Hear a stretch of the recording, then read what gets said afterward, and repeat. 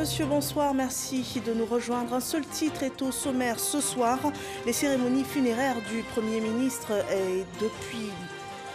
Il s'est tenu ce jour la levée du corps. De nombreux étaient ceux qui se sont montrés solidaires de la famille du défunt, le couple présidentiel et des personnalités de tout horizon. C'est l'essentiel de l'actualité de cette journée.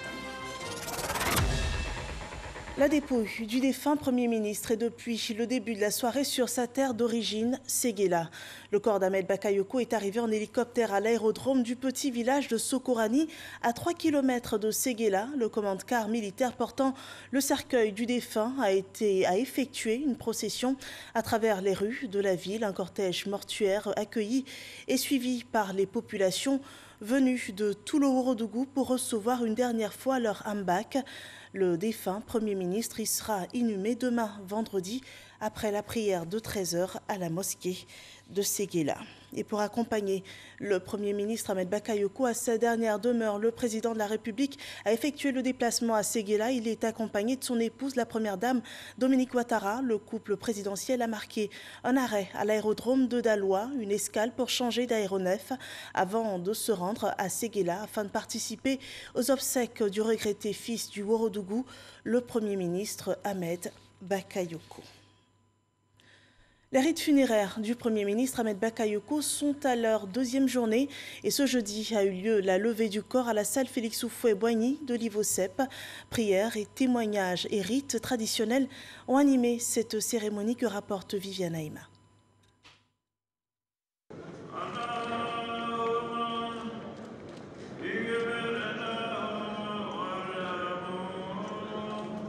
La grande salle Houphouët-Boigny d'Ivocep résonnait de l'invocation des imams à la toute-puissance de Dieu, le grand maître souverain. C'est dans cette atmosphère de prière que s'est déroulée ce jeudi 18 mars la cérémonie de levée de corps du Premier ministre Ahmed Bakayoko. Il y avait foule. Membres du gouvernement, collaborateurs, parents, amis, connaissances ou simples citoyens qui lui étaient reconnaissants pour une aide. Ils sont venus se recueillir sur sa dépouille, lui dire un dernier adieu pour ceux qui ne pourront effectuer le déplacement jusqu'à Séguéla. Ils sont aussi venus témoigner leur solidarité à sa famille, à ses enfants. Tout comme à chaque étape de ce deuil douloureux qui les frappe eux aussi. Solidairement avec la famille du Premier ministre Ahmed Bakayoko qu'il considérait comme un fils. Le président de la République Alassane Ouattara et son épouse, la première dame de Côte d'Ivoire, Dominique Ouattara, était présent à Ivocep, aux côtés de la veuve, des enfants et l'ensemble de la famille. Des prières et supplications étaient adressées à Dieu pour le repos de l'âme du défunt par les imams du COSIM. L'imam Cissé Djigiba a rappelé que le Premier ministre Ahmed Bakayoko a vécu utile pour sa famille et ses semblables. Dieu nous laisse un message. En venant, il nous dit « Je vous ai créé, vous et les djinns, pour m'adorer. C'est la mission que je vous assigne. Mais n'oubliez pas ceci. Kullu nafsin za'iqatul maut. Chaque âme, à la fin de ce voyage, va goûter à la mort. Et c'est ce qu'a connu notre frère, notre fils, Ahmed. Ahmed Bakayoko, le généreux. Ahmed Bakayoko, le combattant. Ahmed Bakayoko, celui dont le cœur est inaccessible au découragement. Ahmed Bakayoko, l'ami des pauvres. Ahmed Bakayoko, l'ami des orphelins, l'ami des jeunes, des artistes. Vous voyez donc la mission que Dieu lui a confiée, il l'a accomplie pleinement dans plusieurs dimensions de la vie. C'est pourquoi on pourrait sans se tromper dire c'est une personnalité multidimensionnelle. L'un des meilleurs de sa génération. Ahmed va rendre ce soir compte de sa mission, la mission qu'il a accompli sur cette terre de Côte d'Ivoire, pour laquelle il voulait du bien. Oui, on pourrait dire Ahmed Bakayoko, l'homme de paix, l'homme d'amour, l'homme au cœur sans frontières. La Côte d'Ivoire a besoin de ce genre, de cette qualité humaine. C'est pour cela que nous sommes tous ici. Depuis son rappel à Allah, musulmans, non-musulmans, tout le monde est en train de prier pour que le Seigneur du monde l'accueille dans la meilleure des demeures du paradis. Vous qui avez un peu plus que les autres, vous êtes des intendants, des gardiens de la fortune de Dieu. Et le peuple de Dieu, c'est les pauvres, les indigents. Et à ceux-là, lorsque vous donnez, vous devez donner à Dieu. Et c'est Ahmed Bakayoko, c'était le sens de la générosité. La générosité n'est pas seulement de donner de l'argent, mais c'est d'être à l'écoute des autres. C'est soulager le cœur des autres en les écoutant. L'homme, en le regardant, nous avons dit, et nous avons compris qu'il suivait les traces de ses ancêtres. Moussa Bakayoko, qui a fait la Mecque 7 fois à pied, ne peut avoir que des descendants de cette qualité, de cette personne qui aime les hommes. Parce que ceux-là ont prié pour leur descendance. Prions aussi pour notre descendance.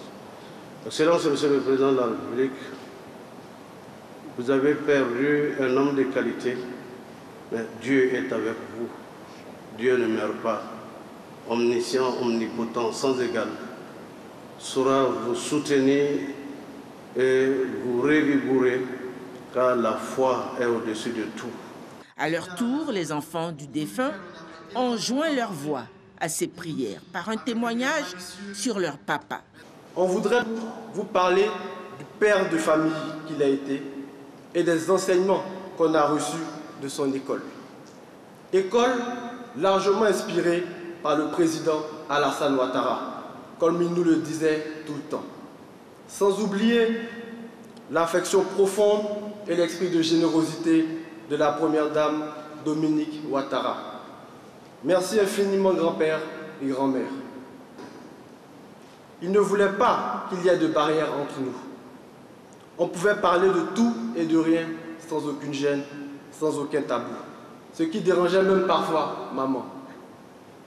Les week-ends, il nous arrivait d'hésiter entre sortir avec nos amis et rester à passer du temps avec papa. Pour vous dire à quel point il avait réussi à créer cette complicité entre nous. Nous sommes fiers d'avoir été à l'école de grand homme. Nous avons choisi de vous parler d'une valeur qui lui tenait à cœur, l'humilité. Dans un monde aussi matérialiste, cette vertu est hélas confondue avec de la faiblesse. Mais papa ne cessait de nous rappeler que l'humilité est une invitation au respect des différences et à plus de modération pour maintenir l'harmonie autour de soi. Aujourd'hui, c'est grâce à cette perception de la vie qu'il nous a inculquée qu'on se tient debout face à vous. Il nous a toujours appris à rester forts. Il était notre pilier, notre bouclier, notre héros. Papa nous parlait librement et assez souvent de la mort. Il n'en avait pas peur. Une fois, lors d'un échange avec lui, il nous dit qu'à ses funérailles, il souhaiterait qu'on dise à tous ses proches que Dieu nous l'avait prêté et Dieu a jugé bon de le reprendre. Maman, ne t'inquiète pas, ça ira. La cérémonie de levée de corps a aussi sacrifié à la tradition de l'alliance interethnique entre peuple Sénoufo et peuple Koyaka. En la circonstance, les Koyaka ont dû s'acquitter d'un dû aux Sénoufo avant que le corps du Premier ministre Ahmed Bakayoko, originaire de Séguéla, ne parte pour sa terre familiale. Et c'est sous une pluie d'applaudissements que le Premier ministre a fait sa sortie pour son dernier voyage. Sa dépouille a donc quitté Abidjan ce jeudi dans l'après-midi pour Séguéla, où une veillée en sa mémoire aura lieu dans la soirée au stade de la ville, le stade Loseni Soumaoro, suivi de l'inhumation vendredi après la prière de 13h.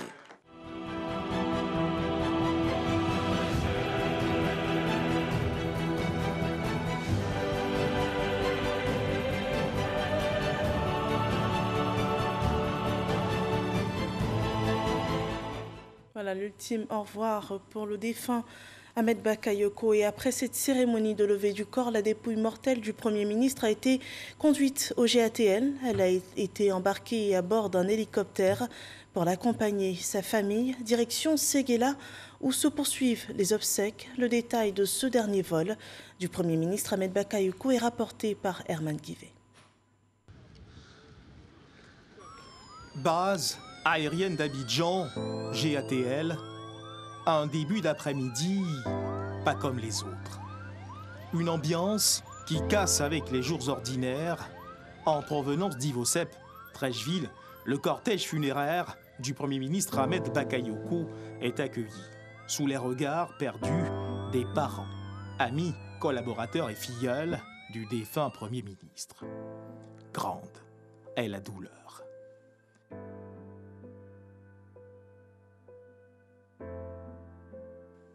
Pour ce dernier voyage en direction de Séguéla, la grande famille Bakayoko a tenu à accompagner son fils, comme pour lui rappeler cet amour incommensurable qui les unit pour la vie et que même la mort ne saurait briser. Quelques minutes plus tard, c'est au tour de Yolande Bakayoko et Mayama, la fille du défunt Premier ministre, de marquer leur arrivée.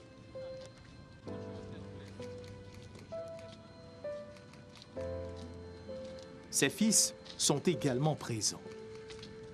La famille embarque à bord de l'appareil. Puis, c'est au tour de la photo du défunt Premier ministre d'embarquer également à bord de l'appareil. Sous le regard du chef d'état-major des armées, Lassina Doumbia, la dépouille mortelle du Premier ministre Ahmed Bakayoko est installée avec grand soin à l'intérieur de l'appareil. Instant difficile. Instant difficile pour la famille, difficile pour ses soldats, dont il a été le patron en sa qualité de ministre de la Défense.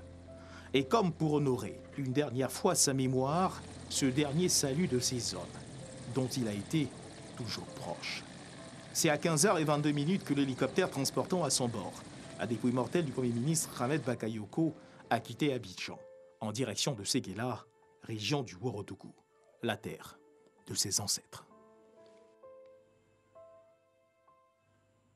Et la dépouille mortelle d'Ahmed Bakayoko est arrivée en fin de journée à Séguéla, sa terre d'origine. Il s'y tiendra les derniers rites funéraires du défunt Premier ministre. Les populations du Ourodougou lui ont réservé un accueil mérité. Notre reporter Mahama Traoré nous décrit l'ambiance qui a prévalu à l'aérodrome de la capitale du Ourodougou. On regarde. Séguéla, capitale de la région du Ourodougou.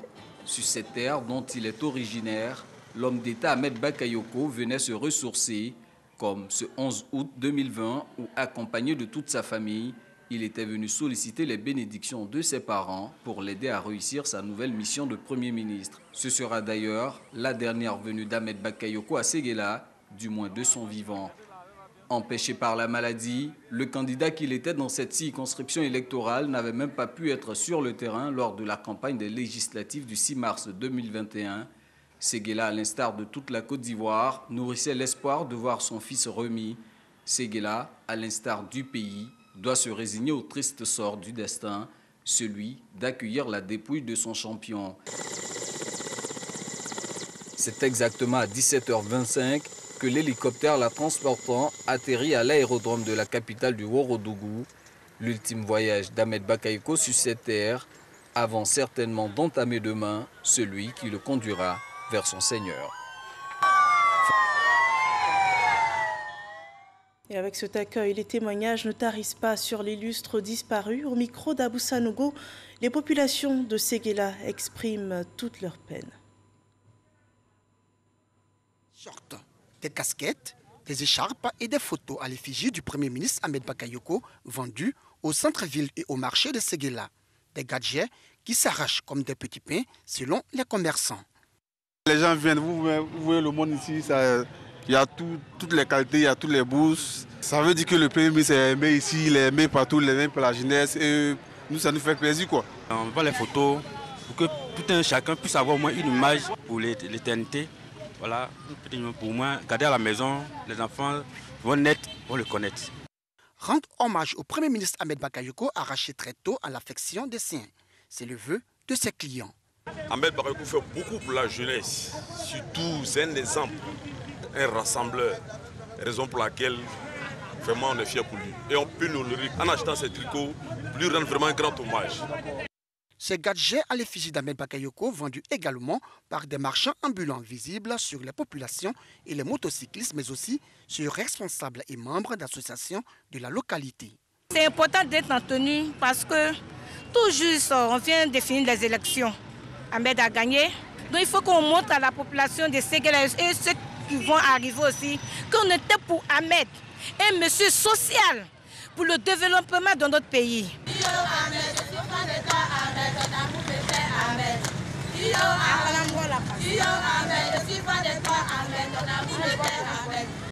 Un peu plus loin de la vente des gadgets, précisément dans le quartier Sekelo, sur la route de l'Elipo, dans la famille Bakayoko, famille du Premier ministre, les femmes s'attellent à la cuisine.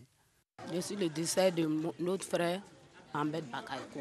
On a décidé de préparer sauce claire avec riz en sac pour préparer, pour donner à l'étranger. C'est ce qu'on a là fait.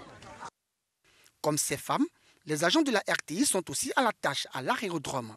Tout doit être prêt avant l'arrivée de la dépouille du Premier ministre. Techniciens, caméramens, câbleurs, ingénieurs de son, chargés de production et réalisateurs, tous sont présents. Ceux de la radio Côte d'Ivoire également. David, tu m'attends?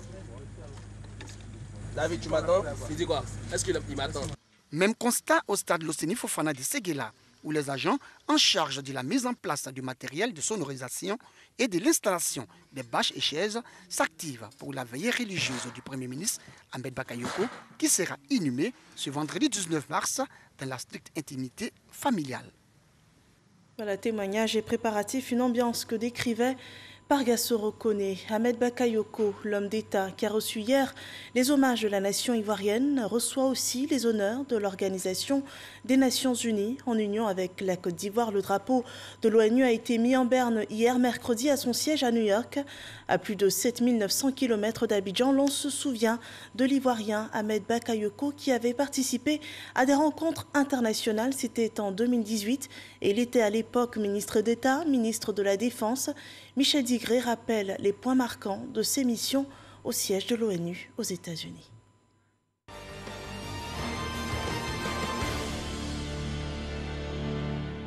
Siège des Nations Unies à New York, le drapeau de l'ONU est mis en berne en hommage au Premier ministre ivoirien Ahmed Bakayoko.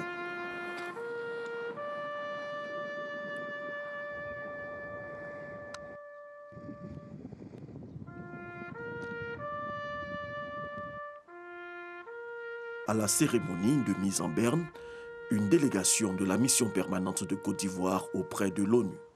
L'ONU peut déclarer aux grands hommes de paix et de développement les Nations Unies reconnaissantes. Je pense que c'est le sens de la cérémonie que nous venons de vivre tout à l'heure. En effet, le Premier ministre Ahmed Bakayoko était un grand homme. Par son ardeur au travail, par son amour insatiable pour son pays, pour sa loyauté, sa fidélité envers les institutions de son pays et envers ceux qui les incarnent, notamment envers le premier magistrat de ce pays, le président Alassane Ouattara. Je pense que c'est cela vraiment le sens de cette cérémonie, qui est un honneur réservé aux grands hommes. Cette stature de grand homme, Ahmed Bakayoko l'a démontré au Conseil de sécurité. En mars 2018, alors ministre d'État, ministre de la Défense, il est l'invité spécial des 15 membres du Conseil de sécurité pour partager l'expérience de sortie de crise ivoirienne.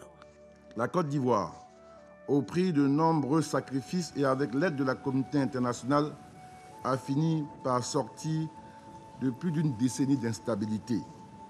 S'il est vrai que la partie la plus médiatisée du processus de sortie de crise a été la réussite du DDR, désarmement, démobilisation et réinsertion, et de la réforme en cours du secteur de sécurité, d'autres aspects importants ont également contribué à la sortie de crise. Il avait fait un exposé magistral et avec brio, avait convaincu les membres du Conseil de sécurité de ce que l'exemple ivoirien pouvait faire tache d'huile et être appliqué peut-être pas de façon uniforme, mais pouvait servir de point de départ pour des tentatives de retour à la paix dans des pays qui connaissaient des difficultés comme cet intermède difficile que nous avons connu. À la tribune du Conseil de sécurité, Ahmed Bakayoko a tenu à marquer son attachement à la réconciliation en Côte d'Ivoire. En effet, j'ai personnellement bénéficié de la protection de l'opération des Nations Unies en Côte d'Ivoire. J'ai également dans ma délégation l'ambassadeur Alcide Djedje, alors membre du camp adverse pendant la crise ivoirienne, qui a bénéficié également de la même protection.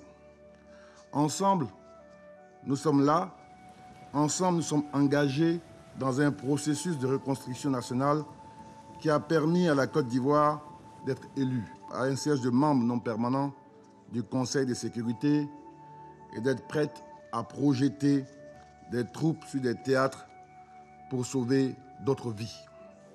Monsieur le Président, les opérations de maintien de la paix... 3 ans après, l'ambassadeur Alcide Djedje se souvient encore de ce discours.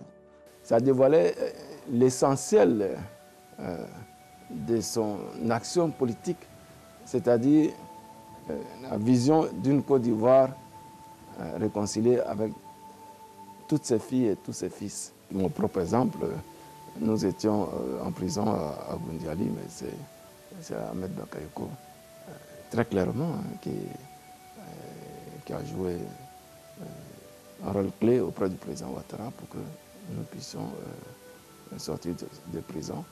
J'ai fait ce témoignage et le président Faye N'Guessan peut également faire le même témoignage puisque nous sommes sortis ensemble grâce à l'action d'Ahmed Bakayoko.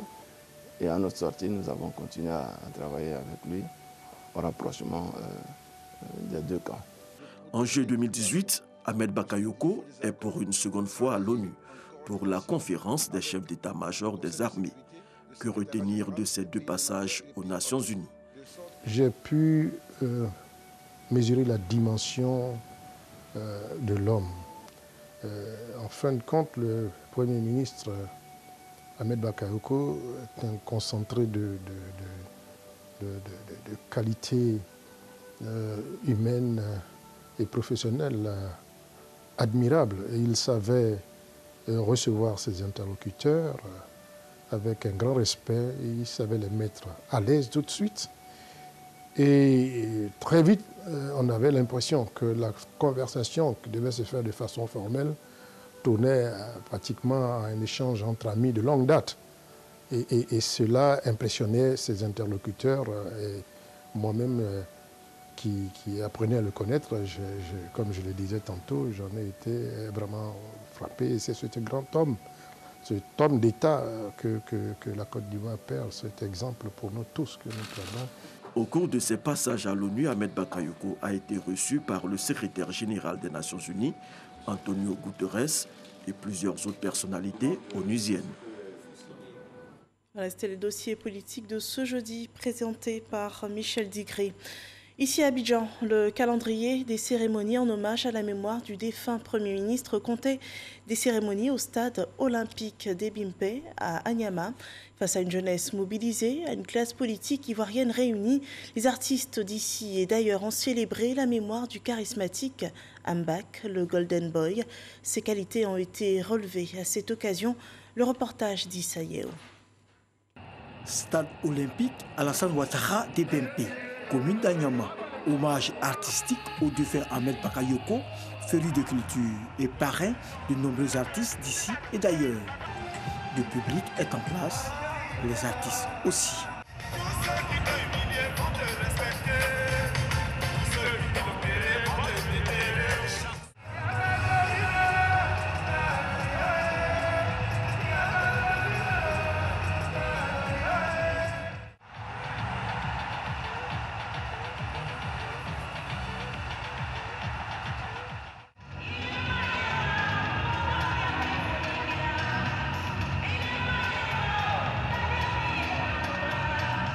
Comme c'est un leader, donc nous sommes ici ce jour pour l'honorer, pour lui rendre hommage avec tout ce monde que vous voyez. On ne va jamais oublier Ahmed Bakayoko. La jeunesse s'est retrouvée à ce monsieur-là. C'est un monsieur qui était humble, c'est un monsieur très gentil, qui a changé, transformé même la vie de certaines personnes qui dérapaient. Un hommage artistique à la dimension de l'amour du Premier ministre Ahmed Bakayoko pour la culture. De grands noms de la musique ivoirienne et africaine donnent de la voix.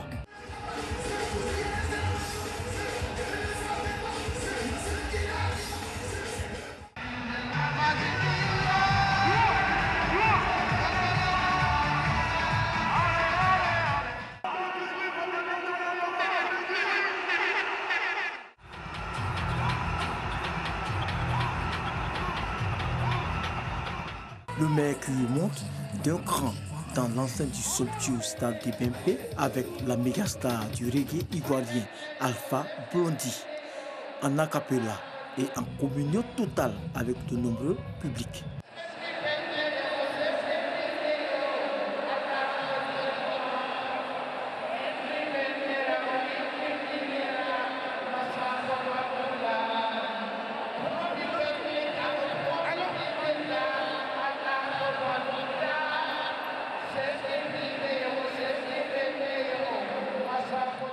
Star du football, homme des médias et artiste salue la mémoire du mécène qu'est le Premier ministre Ahmed Bakayoko. L'Afrique a perdu un grand homme. Il a apporté beaucoup à la jeunesse, soit ivoirien, togolais, sénégalais, malien. Il a apporté un soutien à toute la jeunesse de l'Afrique. Et malheureusement, quand Dieu décide, on ne peut pas faire autrement. Ami de l'Afrique et puis surtout homme simple et accessible. Et je crois que ce qu'il laisse de plus fort comme message, c'est juste cette unité africaine. Cette unité pour son pays, la Côte d'Ivoire, mais l'unité africaine et l'humilité, qu'il repose en paix. On a hommage à un parrain, on a hommage à un conseiller, on a hommage à un guide, on a hommage à un bienfaiteur, on a hommage à un symbole, à une icône, à quelqu'un qui a toujours été à nos côtés, à quelqu'un qui a su pulvériser aussi la culture en Côte d'Ivoire. Ahmed Bakayoko, c'est quelqu'un qui a fait beaucoup pour les populations de Côte d'Ivoire, beaucoup pour la jeunesse et surtout qui est un modèle de réussite pour nous. Cet hommage est aussi l'occasion pour de nombreuses personnalités de lui rendre hommage. Je suis heureux que ces jeunes soient déplacés par milliers pour venir lui rendre un ultime hommage. Il le mérite. Et il a fait beaucoup pour la jeunesse. Une soixantaine d'artistes pour 10 heures d'hommage à Ahmed Bakayoko. Les artistes jouent leur partition et immortalisent à jamais la mémoire de Ambak ou encore le Golden Boy dans le cœur des Ivoiriens. Voilà 10 heures de spectacle retransmis en direct sur RTI 1. Nous passons à présent au point de la situation sanitaire ivoirienne.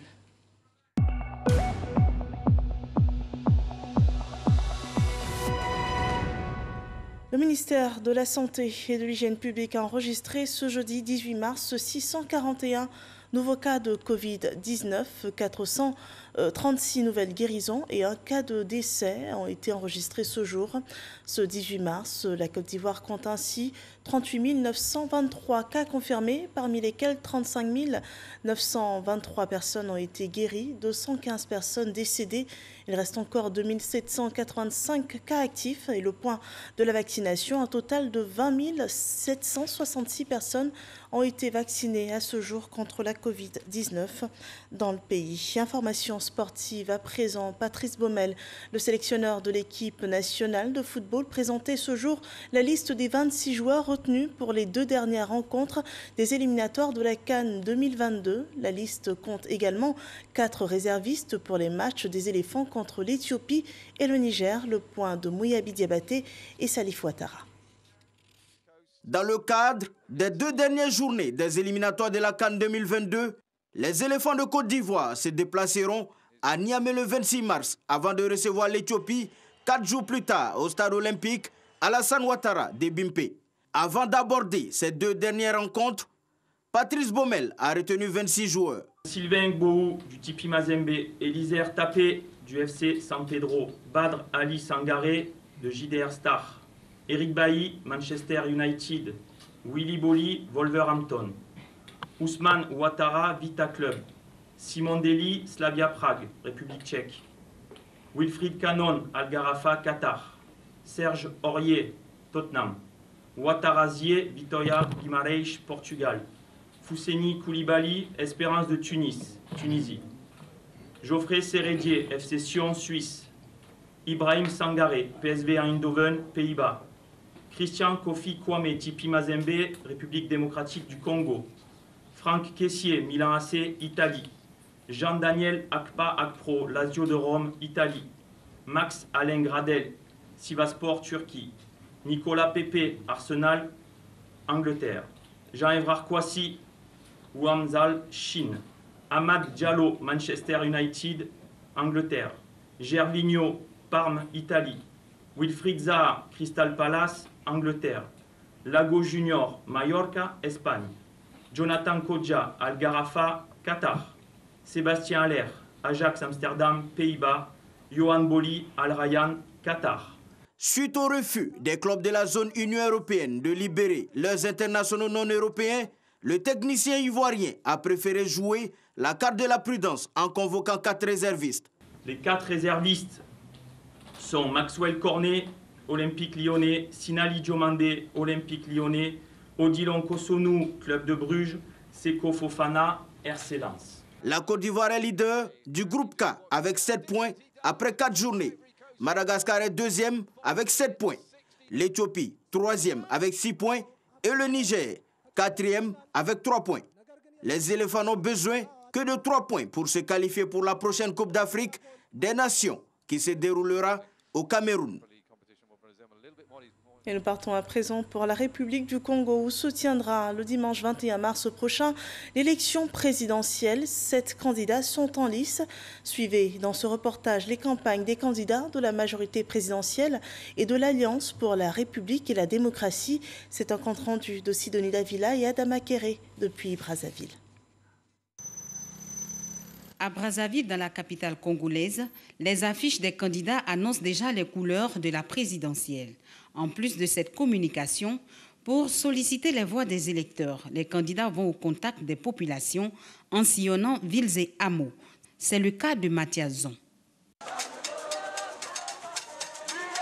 Mes chers parents, l'heure est arrivée, il faut que le changement arrive. Le Congo doit devenir un exemple à suivre pour l'Afrique. Et Maman Diop, votre fils, devant vous, je vous dis, je suis capable de le faire. Le candidat de la majorité présidentielle, Denis Sassou Nguesso, président sortant, a démarré sa campagne à Pointe-Noire avec son slogan « Ensemble, poursuivons la marche vers le développement ». Il appelle à une continuité. Nous disons que le projet La Marche vers le développement a été contrarié par la crise et nous avons décidé de le prolonger. Et voilà pourquoi nous disons ensemble, poursuivons la marche vers le développement. Après 36 ans au pouvoir, Denis Sassou Nguesso brigue un nouveau quinquennat. Avec lui, 6 autres candidats dans la course au fauteuil présidentiel au Congo. Le pays vit les derniers moments de la campagne présidentielle. Ce vendredi, c'est l'apothéose. Tous les candidats promettent de grands meetings pour la fin. Nous revenons sur l'actualité ici en Côte d'Ivoire. Le pays est plongé depuis le 10 mars dernier dans le deuil après le décès du Premier ministre Ahmed Bakayoko et ce jeudi a eu lieu la levée du corps, une cérémonie en présence du couple présidentiel, des membres du gouvernement et de nombreuses personnalités. Tous ont apporté leur soutien à la famille éplorée, prières, témoignages et rites traditionnels ont marqué cette cérémonie. Et puis la dépouille du défunt Premier ministre a ensuite été conduite à Séguéla, la ville d'origine d'Ahmed Bakayoko. Comme le retour du fils prodigue, Ahmed Bakayoko a reçu un accueil mérité par les populations du Ourodougou. Il y sera inhumé demain, vendredi 19 mars, après la prière de 13h. Nous terminons ce journal sur ces images de l'ultime hommage de Séguéla à son digne fils, son député qui s'est éteint à tout juste 56 ans.